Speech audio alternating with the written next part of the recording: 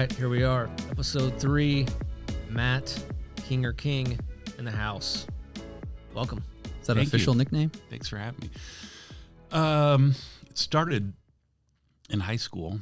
Okay. Kinger did, and then didn't really stick much college years, but then after college, certainly did. Came back.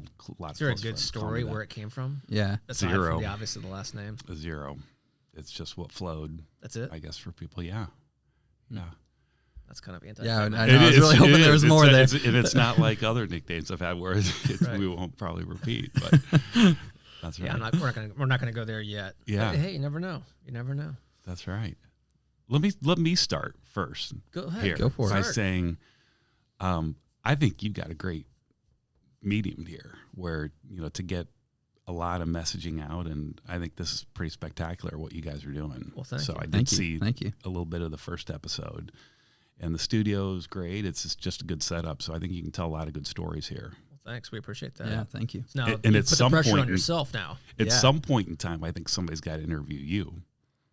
You got to think about that. Maybe I'm old news. Yeah. Or they're just going to organically learn about you through your little snippets Essentially, here. Maybe yeah. we'll drop a little Yeah, things on people. I'm a very here throughout. organic kind of person. That's right. I can see. So that was my first one. And don't start everything with the word "so." There it is. Yeah. Yeah. Oh well. Take notes. Growing up in Indy, you just referred to that. Yeah. For the viewers, they may not know that. So I know you and I go back a ways, which we'll touch on. But tell us about your early life growing up here in Indy. Yeah. So I actually, I don't know if you know this. I was born like 5 houses south of you guys on Delaware, like 5300 block of Delaware, and grew up in the MK, and just had a great, fun little childhood that most people in our neighborhood have. Went to Cathedral High School. Where'd you go grade school? You were 84? I went to 84. Okay. Yeah. And then So you were on the other side of the street from us kids. I was. 84 is a little different then. It was a true public school at that point in time. True. There was no CFI. We didn't have, there wasn't the focus on, we'll call it like the half mile priority zone with neighborhood kids. There were kids from all over the district that were there. Yeah. So yeah. Was your dad principal?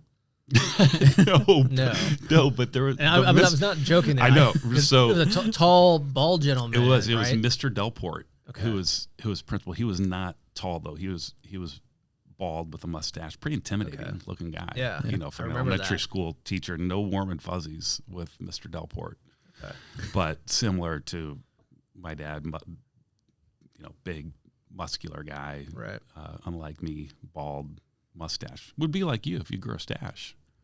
Nobody wants to see Yeah. that. I don't. We might have to axe that one. Yeah. Might scare off some viurs there. Yeah. That's right. I So don't this need any- was. I don't need any Ron Jeremy references or anything like that. There you go, bringing that back in. Thought we talked about that. So grew up in Indianapolis and high school in Indy at Cathedral. Yeah. I won't go there. Yeah, Chittard. Okay, Trojans. Go Trojans. See. Yeah. And then from there, went to IU where I got to meet you. But you're older than I am. Highlight You had to of the wait a couple of experiences. years for me to come in. No, it's just one. Just one. Just Well, one. Know that your sounded pert. better. Know your pert. Wow, got you. So for Daniel's, I guess, education here, so when I went into the Fiji house at IU, I had the pleasure of being educated. That's a good word for it. It's an educational experience. The upperclassmen Got to it. include Mr. King. Okay. Yeah. Yeah. Did you educate him well? I think I took a liking to Vince, and so I wasn't really one of those that really gave people a hard time. Okay. I don't think. Maybe you No. remember it differently. No, I mean, if you did, trust me, there's several who stood out much more so than you. Yeah, yeah, that's right. But it's a close-knit group, and so Yeah. that's why and I think it's different from most fraternities. I think it's kind of for those that went to IU and understand that did the same experience we did. It's a unique experience. It's a very close-knit group. Awesome. So yeah, whatever they're doing down there works. Yeah. Something in the water. Well, there is Fiji water. So Yeah, This so is there is true. that. Yeah. Yeah. right. They have the new palace now. We had Yeah. our old house. I mean, great house, but was there for a long time, but it had outlasted its welcome for sure. And then now they have this new house, which is Have amazing. you been in it? I have, yeah. We went down for the ribbon cutting. Yeah. And I was like, holy crap, can I re-enroll? I mean, do I have 4 years eligibility left? Yeah. Can we come back? It's outstanding. They did a great job of just setting it up and designing it. And Yeah. I'm jealous. Very thoughtful. Yeah. How they live in it now. Kids these days, right? Well, technology and money. So you graduated in 94. Yeah. And then talk about what'd you do after IU? So after IU, I went to B school there in the BPO office, business placement office. You know, they interview heavily at IU, and I was an accounting major at IU. All crazy things. I did not know that. And did an internship at what was Bank One at the time over summer. Did not like that at all. Saw what those guys were doing, and through the BPO interviewed with Hormel Foods Corporation, and that was a really unique experience because it took me away from Indy and expanded my comfort zone tremendously. It's a company with a model of relocation for those that do well and advance throughout. So it's little 2-year, 3-year assignments on similar to other companies like Lilly or whatnot. But that took me to 7 different cities in 13 years, and so I reload. Let's see, I was Kansas City, Columbus, Ohio, Washington, D.C., Austin, Minnesota, where our corporate office was.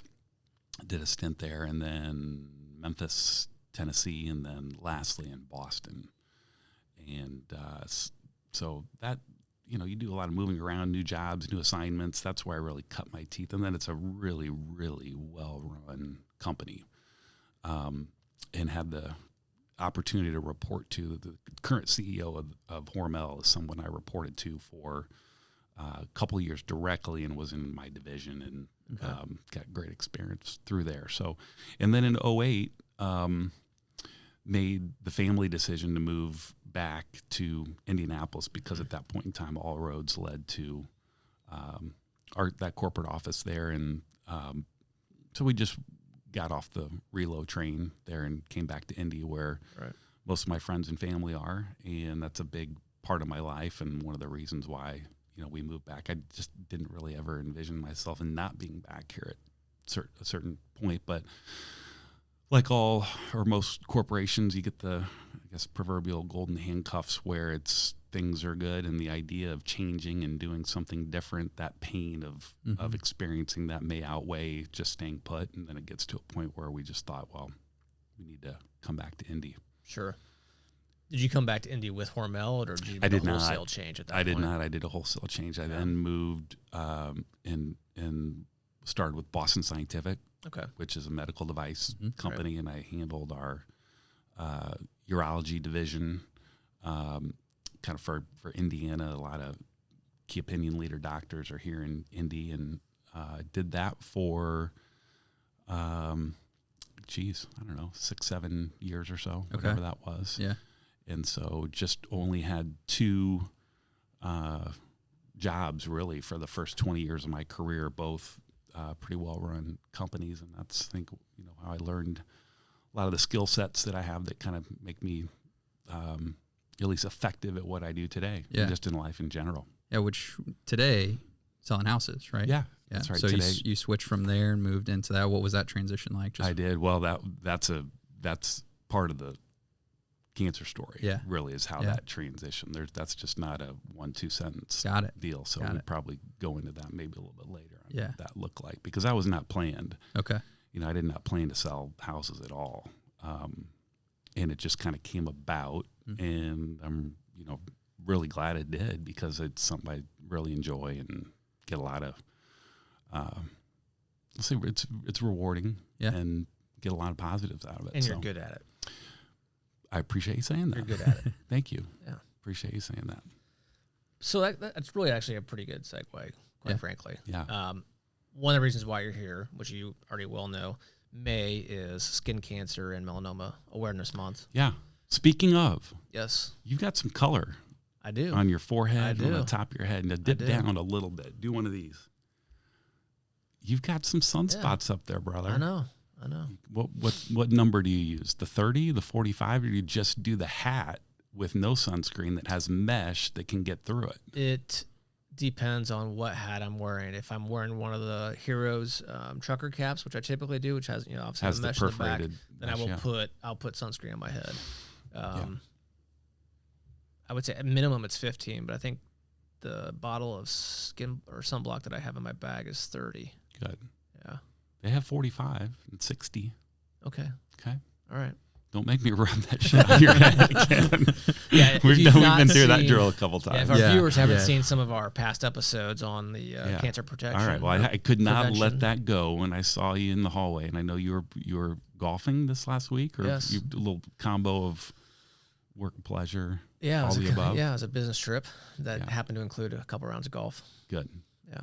Good. All right. So- Didn't mean to derail you. No, but that's fine. that needed to be said. Never a problem talking about cancer prevention. That's right. So May is May's cancer. a great time to talk about yeah. sunblock because people are going outside now and Yeah.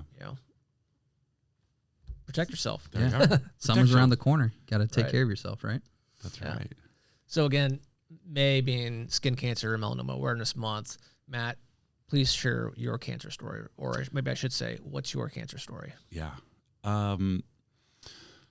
Okay. Don't talk about it a lot, and don't usually talk about it in depth. So we'll see how it Just a comes out. conversation. Right. Yeah. So let's see. This was back in 2000 and I think it's 14 or so. So about 7 years ago. One morning, woke up, was putting on deodorant. Left axillary gland, which for you medical terminology folks, it's your left underarm lymph node gland. Thank you. Was putting on the I needed that clarification. That's right. Yeah. I'm here for you. Appreciate that. And you're doing a good job as a co-host too, Daniel. Thank you, sir. That's Appreciate right. that. Killing it.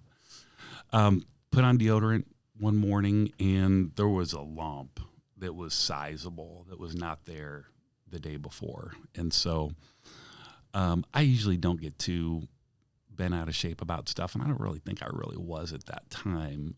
But it was enough to where I thought, and we thought at the time, after I showed it to a couple people, I said, go to your GP, get it checked out.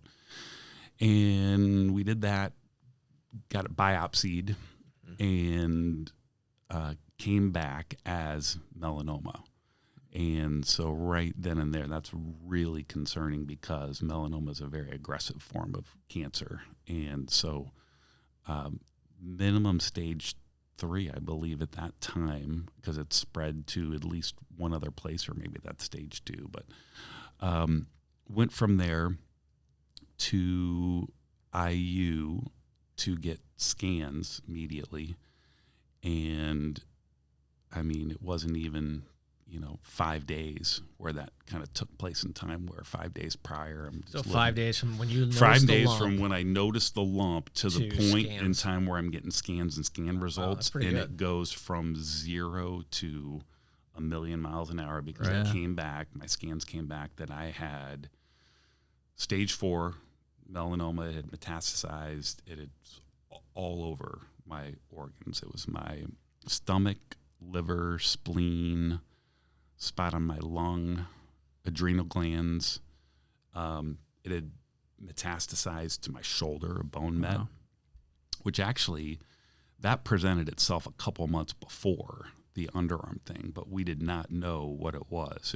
I went to go see our good friend Pat Kersey on that, and we took whatever imaging they have because I thought it was just like a frozen shoulder type thing, but it was really sore, and I didn't have a full range of motion on it. And as time went on, I mean, I had it in a sling. It was painful, but we didn't know All what those tomahawk dunks you used to do start finally coming back to haunt you. That's right. Anyway, but we would have never known, even to have it imaging, that it was metastasized, because they're not looking for that at sports med, and so we just didn't know. But we did catch it at that point in time. It was August, very early August in 14, so almost coming up on 7 years. And so that's a major, breathtaking, holy shit moment, where when we're getting the results of the scans, I'm sitting at IU Simon with Dr. Ted Logan, one of my oncologists, my main one right now. And he is sitting there with my mom, dad, with Robin, and, telling me I've got 6 to 10 months to live. And then giving statistics on, at that time, what the landscape of melanoma treatment looked like, which was essentially it was a 90, or we'll flip it the other way. I think a 6 to 8 chance of survival beyond, he may have said 3 years, may have said 5 years. 6 to 8%. 6 to 8% chance of survival beyond 3 to 5 years. But in my case, because it had gone to so many internal organs, he said 6 months, and then 10 months. I think if you're fortunate, or whatever that was. But we have treatment options, and we can see what sticks. And the takeaway is the chemo is not going to do it. Chemo won't take care of it. It'll prolong things by a matter of months. But you've got to respond. Your body has to respond to some sort of immunotherapy treatment. And I think at that time, and forgive me if I'm wrong, because I'm sure there's some oncology folks that will listen to this, I think it was interferon, if you guys have heard of that. But I think it was an immunotherapy type response, where the drug triggers your immune system, and then the immune system then goes after your cancer cells, which went previously undetected. Because that's how cancer is kind of sneaky like that, and it mutates, but it goes undetected. And then the immunotherapy, like I said, invigorates your immune system, to your immune system goes after it and kills it. But interferon is a nasty drug. And again, excuse me for those listening that probably know exactly what it is, but it's really harsh. It really beats you up, and it's a prolonged period of time. I think you're even in the ICU when you're taking it, because it's so toxic. And not everybody, I said 6 to 8%. I think number 6 to 8% of the people respond to it. And that was your only chance at the time. But we knew at that time there were things coming down the pipeline that were going to help. And I had melanoma at probably, one of the best times. I still got pretty beat up. So what we did there was, IU is really good at some specialties for cancer. Sure. Obviously, testicular cancer with Larry Einhorn, and a number of different specialties where they're very, very good at, where people come in from all over the world just to come to IU. Well, MD Anderson's that way for melanoma. And so, and that's in Houston, Texas. So I went down to Houston in the fall, pretty much immediately. It wasn't immediately. This was really weird. It was like 5 weeks before I went down there. Okay. And it was because I think and it wasn't because I couldn't get in right away, because we had some contacts. When you're facing death, you find a way. Oh yeah. And we found a way to get in. I think to see a doc by the name of Patrick who ran the melanoma unit now, and now he runs, I think, everything for immunotherapy for all of MD Anderson. He's just a remarkable doctor, and was at NIH with a lot of key opinion leaders there, and they worked with a lot of the pharmaceutical companies to develop what is the new standard of care, gold standard for immunotherapy treatment. Wow. For not only melanoma, but for now it's expanded into other specialties as types of cancers as well. So went to MD Anderson, and the plan was So we knew there was going to be an immunotherapy drug coming on the market that the FDA was likely going to approve in January. And I went to MD Anderson in like September, October. Okay. And we could get widespread use of that immunotherapy drug, which at that time had, I want to say, about a 30% chance to respond.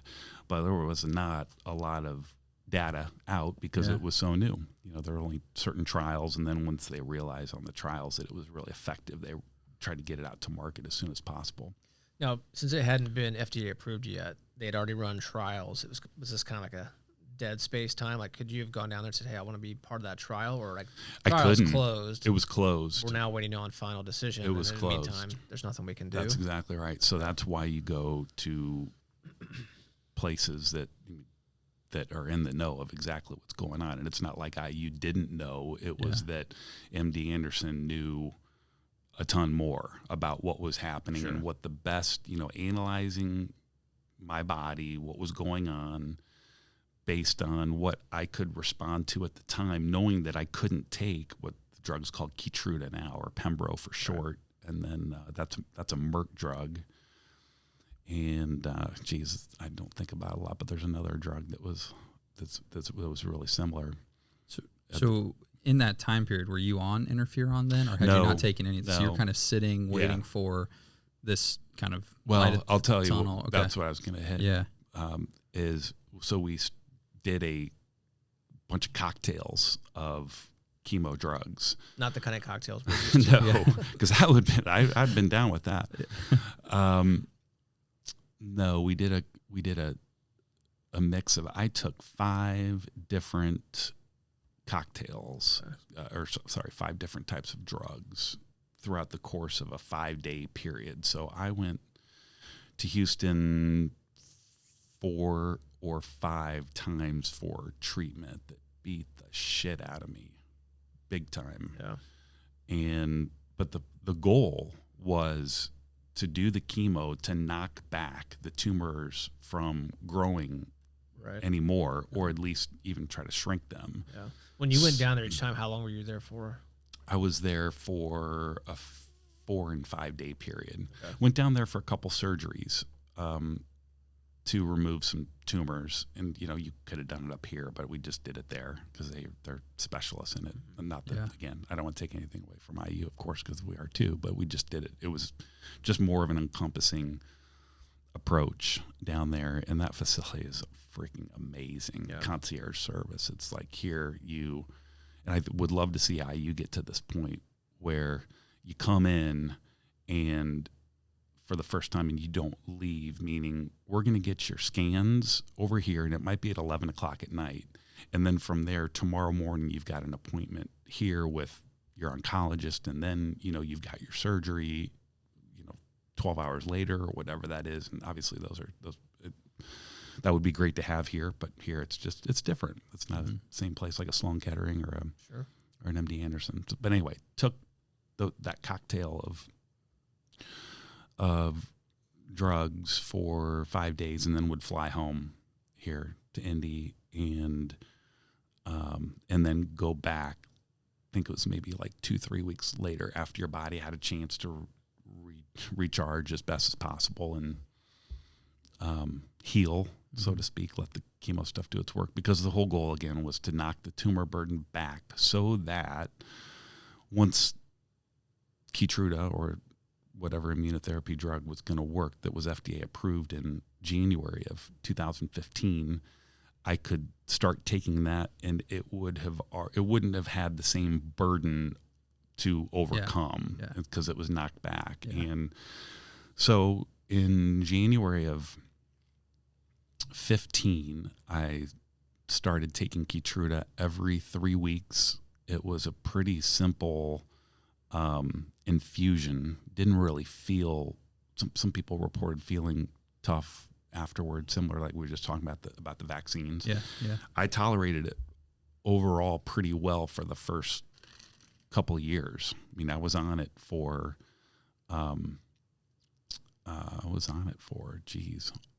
2 2.5, almost 3 years. Okay. Wow. After the first, and they don't do that. I think now it's much less because time. there's some side effects, Yeah, which I'm sure. I'm now getting to enjoy, which I will gladly take for the trade-off of what we've got. But it was then about 4 to 5 months later, after a couple successive scans, where we realized, like, holy shit, this is working. This is working. What was that feeling like the first time you saw that proof that it was working, it was having an effect, and that you were, Yeah, it was really, it was amazing, because there were some dark times going through that. There were some really, really, really, really dark times. And that's one of the things I think that I love about Heroes, on some of the things that you guys do with, if it was it First Mondays or, okay. And then because I really pay attention to the mental side of things. And it's like the obvious, like, well, no shit, dude, everybody thinks about mental things. But for me, approaching the cancer, approaching my treatment, and approaching my mental state, and knowing that I have 3 boys at that time that were 5th grade, 7th grade, and 8th grade. Okay. And, I like to think looked up to me and, followed what my vibe was and how my energy levels was, because, right, kids just follow what the vibe is and how you are and how you respond to things. And so I really paid a lot of attention to how I was going to react and respond and get myself through this situation, knowing that there's probably a good chance that I was going to die. Yeah. And so then it becomes, all right, how do you now have your legacy in front of you that is being fast forwarded to where how people may remember you is how you went through these, months or 6 months or however that was, until, hey, if it's a positive outcome, that's awesome. Yeah. And then, it's even better. And that's what this has become. And then if it wasn't going to be a positive outcome, at least you did it in a manner which people could be proud of. And specifically, you're talking about your kids. And I knew that I had a huge fan base support through our, longtime Northside indie, or just indie in general connections that we have. And, Vince and I have a great network of friends. And so had a lot of support to get through it. But to answer the question, when you see that it's working and that it's positive, it was pretty awesome. Yeah. And you assume you got a new type of energy in you when that happened. I think so. Yeah, I think so. I'm sure. And then, you then start hoping, well, so there's data at that time that says, and not to, rain on that thought, but there's always data that says, well, some of these things have a short-term effect where you get bounced backwards or you take a couple steps forward, but then after time, maybe your body doesn't respond. And we know that, melanoma is a very aggressive type of cancer, and it can mutate, it can come back, and let's just make sure that it's still happening. And as we found out, it did come back later. So there's kind of the ups and downs of it. So that was spring of 15. And I was pretty much deemed, I think, cancer free or very close to it. We just didn't know. We just didn't know if what was active. Yeah, see, at what point in the 2.5 years that you were on Keytruda did they make that call? Yeah. I've got a pretty conservative oncologist, and Dr. Logan there was very even keeled and doesn't get you hyped up like maybe some of the people at MD Anderson did. And so it was a very cautious approach of like, hey, things are looking good here. And, I would always want to know, okay, well, how good? What does this mean? What does this mean? And so he always had the asterisk of, we just don't know, because we just didn't have any long-term data, related to any of it. but what I did know is that I felt good. I felt pretty good. So much to where I think that summer I trained for the Monumental half marathon and got all the way to the last week before I got an injury, which is kind of a bummer. But, I made it to at least some of my long runs were, I think at that time, 10, 11 miles or so, which was good. Yeah. Anyway, but it was after about 6 months of Keytruda where it was like, I think most everything looks good and is gone here. So then this ties into, Daniel, the aspect of, which to me was a pretty tough, I'll say a very, very tough year for me from that point on. Mm-hmm. And it's something that I think about a lot. And, you meet because you want to be gracious with the result that you're given on the fact that things are progressing very, very well when many people did not have an opportunity to experience that. But for me, a very important piece of getting back to normal was getting back to work. Okay. And it was hard for me to get back to work. And the main reason is I would interview for jobs. I went back to Boston Scientific, my previous company, to interview for previous jobs. Went to a couple other med device companies as well, because that was the space I came in. I knew it well, and very marketable skill set there. And I was not getting jobs, and it was a buyer's market at that time for getting positions. Mm-hmm. And I would talk about my cancer in the interview. That's who I am, is what I was at the time. And I even had that as a success story of, this is what happened, this is what I did, this is the classic interview format. Mm-hmm. Of this is what happened, this is what I did, this was the result, this is what I learned from it, and this is how this is an asset to going forward. Talk about resiliency, talking about mental fortitude and everything related to what that experience does, which I think I already had a bit of some of those skill sets going into cancer, mm-hmm. frankly.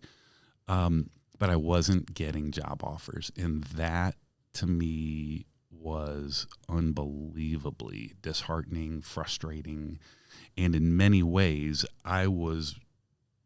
my dark periods or dark days were during that period more so than the cancer days. Right. And the reason being, I think, is, if I could put my finger on it, because part of me feels guilty for even saying that. Like, how dare you say that when there are people that don't get through that? And I think, and I'm just being honest about it. And it's because you feel like you're wearing a scarlet letter. I think really the piece is that is one piece of it, because it was just so new. But I really think the piece is I had such an easier time during the cancer period, is because I couldn't control the science. I couldn't control what my body did, right. Whether it reacted to it or not, at what level. Of course, at some level, okay, well, get your rest, eat right, those types of things. Yeah, okay, great. Kind of did that anyway. Mm-hmm. And so you're resigned to the fact of, like, I can accept whatever happens there, so I'm not going to beat myself up about anything, because I can't control it. What I can control is how I act, how I respond, relationships with people, all that. But then now I enter into this phase where you're struggling to get back to what your sense of normal mm-hmm. is. And I would assume a lot of cancer patients or people that have had some sort of traumatic, life-altering situation have that piece to them of how do you get back to what is your normal life, to where you can feel good about going forward. Mm-hmm. And I'm a provider. I mean, I have boys and kids and bills and things like that. And was fortunate that I had saved money during my life to where, I could burn through, basically at that time was a couple years without working. Yeah. And so that probably leads us up to what I did next for career-wise. But I'm going to take a little break here. Yeah, not a problem. Absolutely. So I remember those days, seeing you and talking with some of our other mutual friends about what you were going through and how you were responding and adapting. And you touched on the attitude piece. you talk to a lot of different people who have gone through the cancer experience, or even their caregivers, and how important attitude is. And I don't know, it sounds cheesy, I guess, but attitude going through it is absolutely monumental. And frankly, even after the fact, we talked to a lot of people about just, having the right positive attitude and how difficult that can certainly be at times. And there's no question you're certainly allowed to have those dark days, because we all have them. But trying to have that more positive attitude when going through it plays a big role. Yeah, for sure. I could not agree more on it. And I think mostly like when you're going through that treatment and you're going through that period, your life it's okay. Let's just take the cancer piece out of the equation and the treatment piece out of the equation. It's like, what's your brain doing? What's your mind doing? You're used to working. You're used to a job or social things or things that stimulate your brain and your mind. And it was like 6 months of sitting on the couch at home and watching The Wire and Breaking Bad and things, and and literally while a somewhat empty home, while other the family and people are outliving their lives, and you've got time on your hands to sit and think about things, and you try to get through it as best you can without the same like I said, your mind being stimulated to get you through that, what we take for granted sometimes right now. Right. Yeah. So so that led me to what my career is now. And that was after I realized that, and this is a kind of a cool moment, I think, only because it's worked out well, right? You can look at everything in the rearview mirror and say it worked out well. Is I just realized that I was not, at that point in time when I wasn't getting jobs and work, and I was really disgruntled with just the way corporations work, corporate America in general, working for other people. Right. I looked at it and said, I'm now in a transition in my life where I realize that I cannot rely on somebody else or some other person or some other, VP in a corporation I'm going to report to where I'm going to make my living and make my money. And it did well before. So I'm not going to subject myself. I need to go out and make my own hay, right, is what it came down to. I got to start my own thing. That's pretty scary, when you spend your life getting a W-2 and some weeks earn your wages, some weeks don't, just by the way your ebbs and flows go with having an employer and whatnot. So kind of came to grips with, well, we're going to go do something, or we're going to start something. And so what would that be? And had, meetings and lunch, networking and things set up with people about, what do you do? How'd you get started? Why did you do it? What's the reward? What would you recommend I do? Those types of things, just the green ass questions that you I would love to hear some of the answers on what do you think I would be good at? What do you think I should do? Yeah. I can imagine some of the answers. And they probably span the entire spectrum. Probably start looking at me and start laughing and say, like, dude, you got a tough road ahead. I'm sorry. But good thing you survived that cancer thing, because you're going to need to apply that skill set to what you're doing right now, the way I know you. And so, long story short with that, I just met with a lot of people, and it came down to real estate, but it wasn't selling houses. It was originally going to be, whether it was commercial, investing, developing, rentals, whatever. And then I knew realtor was a piece of it. And so the first step you do is you take your real estate school to get your license. And that school that I did was the Tucker School of Real Estate, and got exposed at least to the residential side from there. And I really liked my instructor there. I did a crash course. It was like 15 straight days, and got my license, and just kind of liked what I saw at FC Tucker and joined in, and the rest is kind of history. Went really quickly for me. I got off to a really good start there just because I'll say that's kind of the final piece I'll say, or one of the final pieces I'll say of the cancer story is then what do you do coming out of the woods to then, we already talked about how important it was for me to get work back and to have a job and to, continue on a path of success. My start in real estate was a really good one, a really fast one, and that not a lot of people do. And I think it's mainly driven by a couple things. I mean, number one, I had a pretty good skill set coming into it. Yeah. But then the other piece is my drive was just unhealthy, frankly. Not unsustainable, we'll say. It was pretty Came nuts. out the gate, wanted to get started, just wanted to to get off to just an unreal start and be good, because that was still the last or one of the final chapters of the story that I was, one piece of advice that somebody gave me, and you get a lot of good advice when you're going through cancer and that treatment is, I think there are really two pieces. Number one is write your story on how you want it to go. And you could say that about life in general. Like you are your own author, write the story on how you want it to go and go do it. And so I kind of outlined how I wanted it to go. And, any good story that is worth a shit on a story has down times and has bad parts, right? That you follow what a good story on a movie or a sitcom is. There's the dissension and there's the trouble and the turmoil to where then you can go up. And I certainly had that. And then the other piece, golly,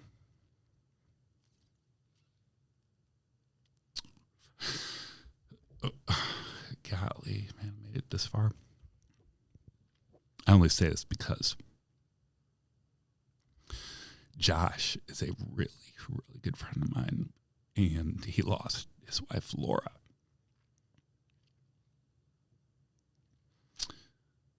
And he gave me just some unreal advice. One of them, the best one, was, cancer will give you gifts along the way if you watch out for them. So I watched out for him quite a bit, and he was right. Yep, 100%. There are a lot of really, really, really, really positive things that can come out about them, and they're all related to personal relationships. At least most of them are, sure. I think. And then also, we'll call it just revelations that you find out yourself from, a lot of self-learning, a lot of self-discovery. And if you pay attention and take that feedback of what you're experiencing and implement whatever tools of learning that you have into your life. I mean, I'm a different person coming out of that. And so anyway, that was the two really good pieces of advice that I got. So coming back to that very end of where I am now and what I'm doing, it was just I needed to write the last portion of the story. And that is getting back to work, something you enjoy, hit a home run on that, something that you're good at, something that's rewarding. And so that's what I'm doing right now. That's awesome. And so it's worked out. Yeah. It's going fairly well, I would say. Yeah, it's good. It's fun. It's fun. I look back at those first couple of years though, and it's like, it was pretty, I don't know how I did that, because I don't know. I don't think I can replicate it right now. And I know I'm way more efficient. I don't waste time on things that are not worthy of wasting time on. And, I don't know. It was a blur, really, but glad I'm in the spot that I'm in right now. Well, but I think that's like for anyone's job. I mean, you got to get that experience, and you look back where you were 3 years, 5 years, however long ago, to where you are today. I mean, I think I speak for Daniel and I, from our perspective. I mean, I know we're doing things differently, just like anybody else. Oh, yeah. And so you learn as you go. And I remember when you first got into it, and I know where you are now. And I would say that's very clear that you have become much more successful and efficient than you were back in the day one. Like sure. Hopefully anybody would be. Yeah. I think, well, you guys will find out too. I mean, this is what I'm number 3. Yep. Is that right? Yeah. Just think about it. Yeah. Think of where you guys could take this. Really. Yeah. I mean, still learning. I mean, each be, one has been different so far, and it's a lot of fun to see how we can continue to use this to help others understand their story and what they learn from it, and kind of hopefully pass that on to others as we continue to do it. Yeah, I think that's exciting. I think really the passing exciting. on to others is the big piece, because I looked at, I had a lot of time on my hands at that time, and there were podcasts out at that time, and I looked around for cancer-related podcasts, and there were a few, and there was maybe 1 or 2 that actually caught my attention. Yeah. But I fizzled out after a couple episodes because it wasn't enough to keep you there. So I think that's really the biggest piece is, can you guys be interesting, engaging, tell stories that build an audience from it? And I think, I don't think anyone's used the word interesting and engaging when describing me. Or, well, I'm not going to speak for you. You can speak for yourself.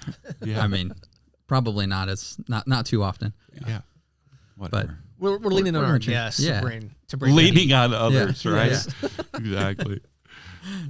Well, so thank you for sharing that story. Thank you. Certainly, we both know Josh and know the story of Laura, and unfortunately didn't end as we would all have hoped. And then I don't want to leave out my dear friend Eric Orm as well, with Jill passing. That was just, and hopefully I was able to help him through that. But Jill's was really sudden. Yeah, she was really sudden. She was like 45 days from I'm not feeling well and going into the hospital to death. Yeah. It was lightning fast. Yeah, that may be one of the quickest ones that I've ever personally known of. Yeah, and so I don't want to not mention her. Those 2 are on my screensaver icon. Yeah. I think about them very often. For sure. Wow. So are you still on any sort of maintenance therapy at this point? Great question.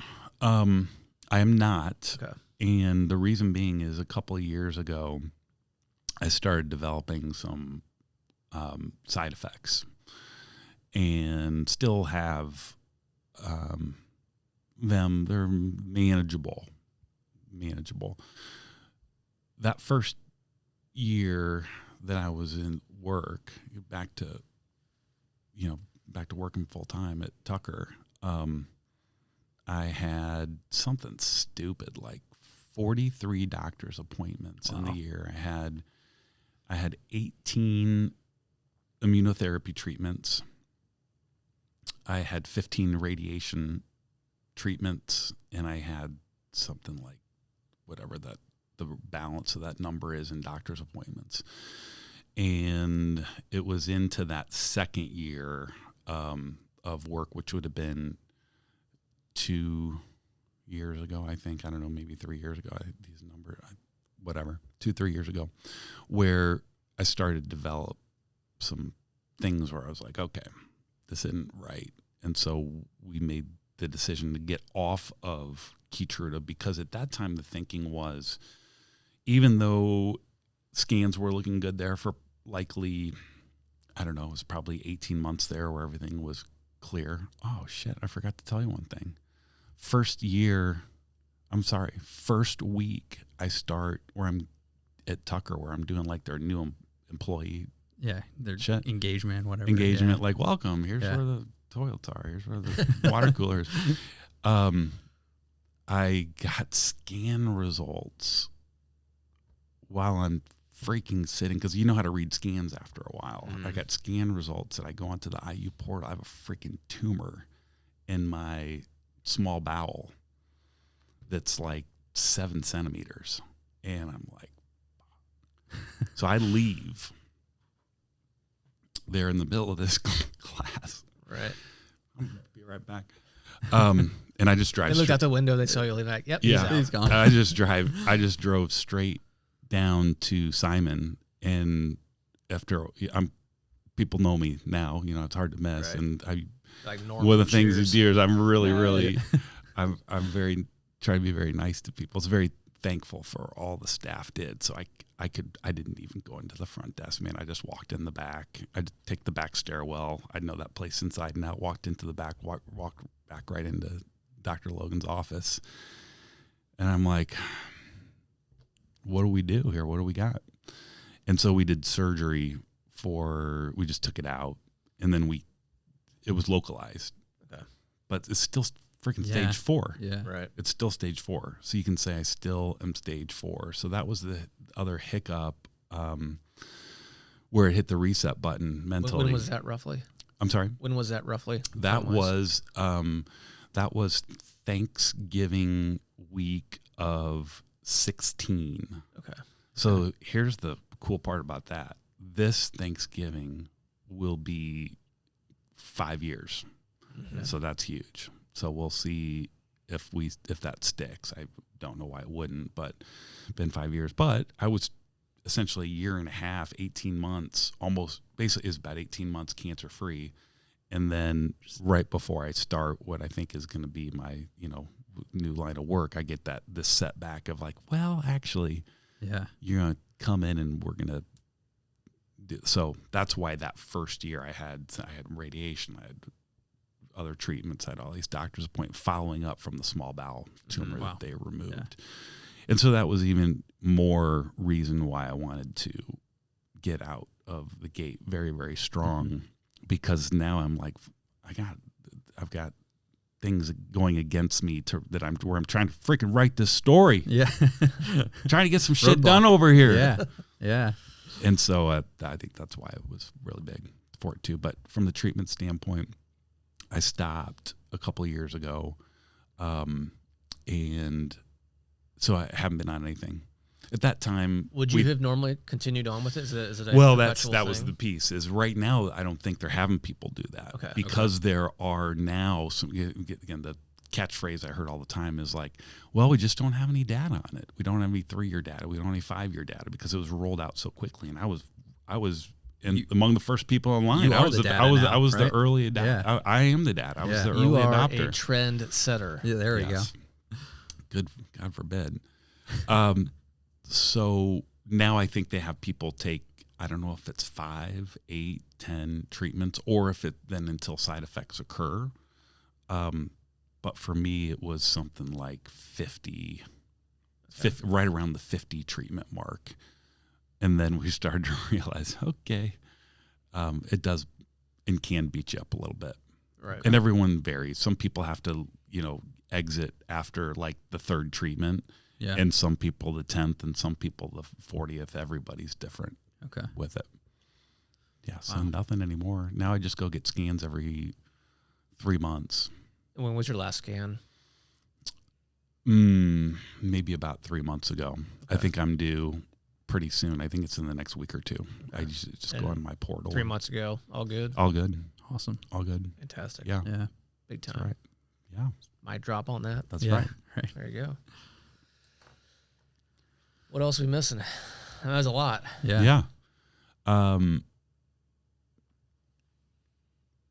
I think at some point in time we need to tell your story. We'll get to that later. We're not going to do it now. Not that exciting. But I want you to. I think that would be big. Yeah. I think he's throwing his hat in for the hosts for co-hosting on that one, right? Yeah. Yeah. Ooh, just do a little that. Yeah. Yeah. Little roll. Yeah. That's reversal. Fine. Yeah. There you go. I think that would work. That's right. That'd be fine. I think one thing that's you and I think share a similar mindset. If we don't, you can kick me under the table or punch me above the table. And I tell us to multiple people, and I think you probably share the same thing. So Matt, along with Daniel, are on the Heroes Foundation board. And aside from just the obvious, which is thank you for supporting us in that way, but for you and I, it would be really easy for you just to focus on, melanoma as a cancer that you want to support and push and et cetera and fight. It'd be really easy for me to do the same with lymphomas or blood cancers. But I think we share the same mindset is we hate all cancers, like not just the ones we had, all of them. Right. And we want to basically junk punch every single one of them to the extent that we can. And so that's why, that's why we're doing what we're doing. Mm-hmm. Right. Well, my story on that is I started out on the board of a melanoma foundation, Outrun the Sun, which is a great organization that does a lot for melanoma prevention. It's one of the few melanoma only foundations, and that was why I wanted to transition to Heroes, and I was still doing stuff with Heroes at the same time, but you didn't want me dating anybody else at the time. So I just transitioned over here, which I'm glad I did, and I'm also glad I spent a couple years with Outrun the Sun doing that as well. Yeah, good group. Appreciate what they're doing and your assistance helping them, and certainly happy to have you on board here as well. Yeah.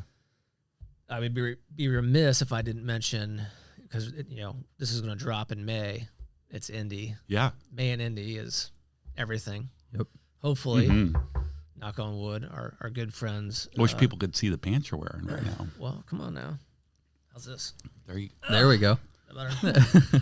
Our good friends Doug Bowles and Roger Penske are working their butts off, as they have over the last 18 months, 24 months, trying to pull off Indy 500 on a normal schedule, or as normal as can be this year. What are your big plans? What's the Kinger do for the Indy 500? Great. I don't think a whole lot beyond like a week or two, and it's really strange. I really don't. I plan my vacations usually pretty. So the answer is I don't know. Okay. I would love to. I would love to go to the race. Snake pit, like that. I would love to go to the race. It's on Do you my, normally go to the race? It's I go about every 4 years. Okay. And we went a couple of years ago, probably a year before quarantine. It was a year before quarantine, and I went with my boys, and we loved it. They loved it. Yeah. I don't think one had been, they'd all been to the Brickyard, but they hadn't been to the 500. Yeah. And that's I just didn't grow up being a 500 person the way I know the way you guys are and the way some families are, where it's religious year in and year out. But I would love to go. So I think you probably picked a good time. Don't ask me why. The Todd family, we get it now that we have kids of our own. So my parents always said, well, there's this rule, you have to be 9 before you can go to the race. And we're like, okay, right. We don't get it. Well, once you have kids, can you imagine taking like a 3 or 4 year old and they have a meltdown 2 hours in? It's like, dude, we're here all day. Oh yeah, we're not leaving. Right. So I get it now. Fortunately, at least 2 of my 3 kids are in 100%. The other one could go either way, but since everyone else is going, then she's in too. So yeah. I'm excited. Your tailgate that I stopped by is pretty nice. I mean, that's a comfy deal there. Meaning, if they don't really feel like being, are you guys in shaded spots? I don't know that there's any shade anymore because there's a new surface lot just by the main entrance that we'll be at. I'm talking about your seats. Oh, the seats. Sorry. Yes. Yeah. Once about after 12:30. Yeah. So not that's too huge. long after the race starts. That to me is everything. Like I couldn't, and it's not just because of melanoma. It's because just being in the bright sun. It's freaking hot. Yeah. Turns 2 and 3. And if you don't get a breeze, lube up with SPF, whatever you can get multiple times. So that's a prereq for me. It's got to be a shade, or at least like you talk about when you're on that west side. I think the west part of it is the sun goes over a certain spot, and it's like 11:30, 11:45 when it finally gets set, and then you're golden. Good. Yeah. Does the race still start at 11, or is it now like 1? I should know this. I think it's closer to 1. Change it. I believe. Yeah. Got it. 105 or 107 or something to that effect. But what I was saying is for the girls, if they get hot or bored, just go down to the tailgate area, get in the air conditioned car, or do whatever. At least I remember it being a good spot when I was walking by, but maybe I was feeling no pain too. Well, that's part of Hoosier hospitality. Yeah. That's right. Well, Kinger, thanks for coming on and sharing your story. We appreciate it. I appreciate you, my man. Thank you. You too. Yeah. You guys fun. Gonna do some good things. That's what we're here for. That's the goal. Good. All right, man. Awesome. Thanks. All right. You got it.